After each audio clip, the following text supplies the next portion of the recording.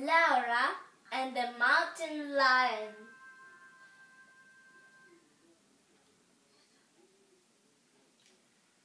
Lara is my mother's best friend. She's a vet. That's the dog who looks after sick animals. I want a vet too. One day I asked her, "Why did you decide to be a vet, Lara?" "It's a strange story," she answered. "When I was your age, I had no brothers and sisters to play with. So, in the winter holidays, I stayed with my 3 cousins who lived high up in the mountains. They're tall and strong and could ski very fast, with very good climbing too, but I couldn't ski or climb. My legs weren't strong enough. I was often ill too, so I had to carry different medicines with me all the time.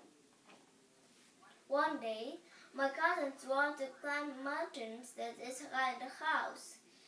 They said, 'You must come with us, Lara.' They were unkind. They knew I wasn't well enough or brave enough.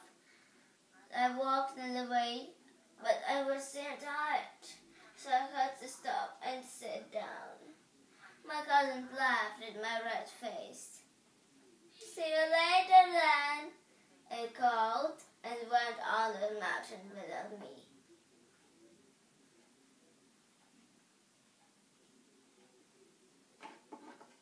I started to feel bad after a few minutes, but then heard the animal behind me.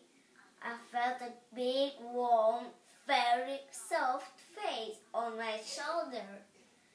It was a mountain lion. 'Wow,' I said. I was very afraid. Lara said, 'But I couldn't run away because my legs still felt weak.' So just sat there.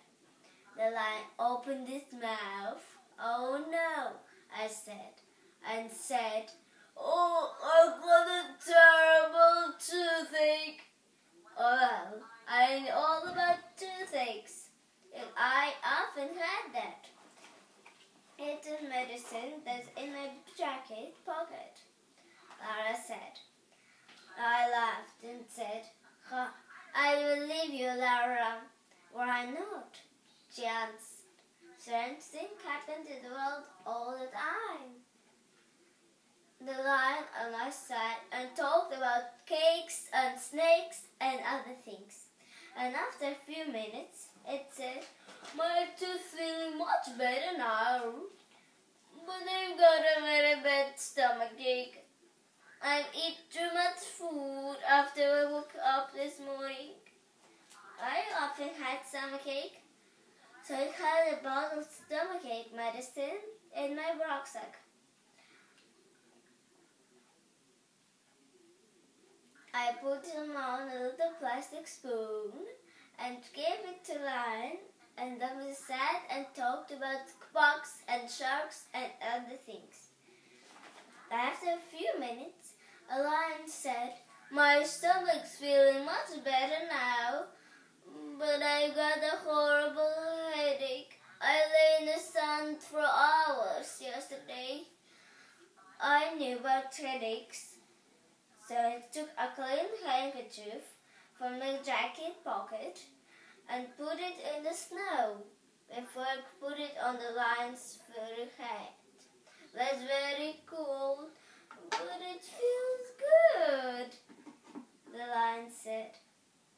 Then we sat and talked about tails and wheels and other things.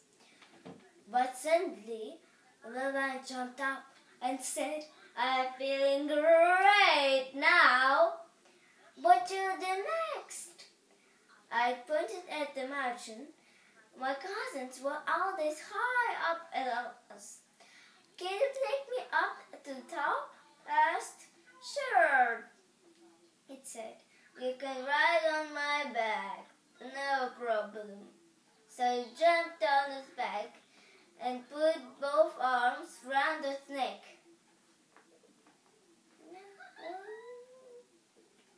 Lion ran faster than the wind. He It's really wonderful to ride the lion's back.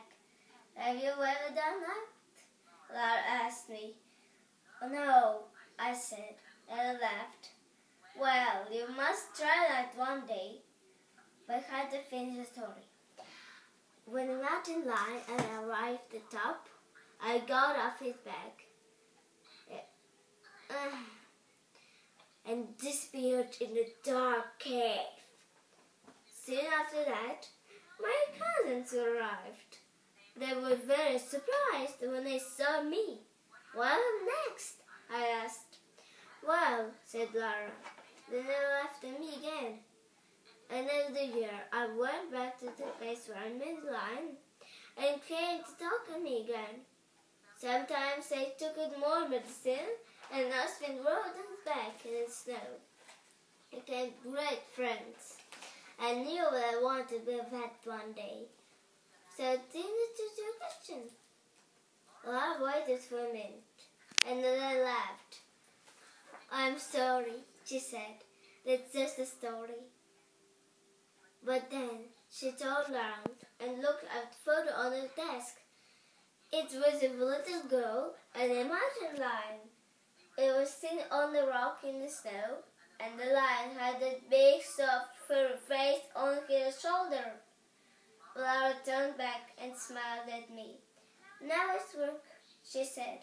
Would you like some oranges before we go?